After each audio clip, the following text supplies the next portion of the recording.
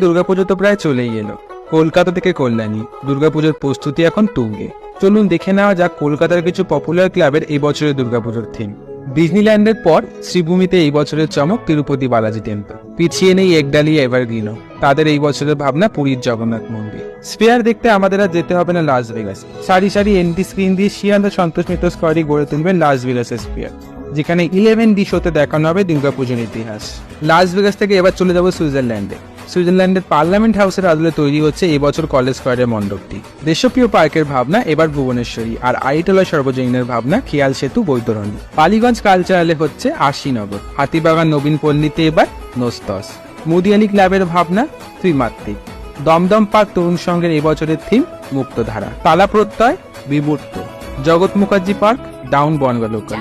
Hindustan club বন্ধনহীন গ্রন্থি। বাদামতলা আশার সংঘ উৎসবের চালচিত্র। হরিদেবপুর 41 পল্লী ক্লাব খিড়কি থেকে সিংহদুয়ার। কুমোরটুলি সর্বজনীন দুর্গোৎসব ক্ষুধা। যোধপুর পার্ক 95 পল্লী আরম্ভিক। হিন্দুস্তান পার্ক সর্বজনীন এই বছরের ভাবনা কল্প ঋতুর গল্পপাঠ।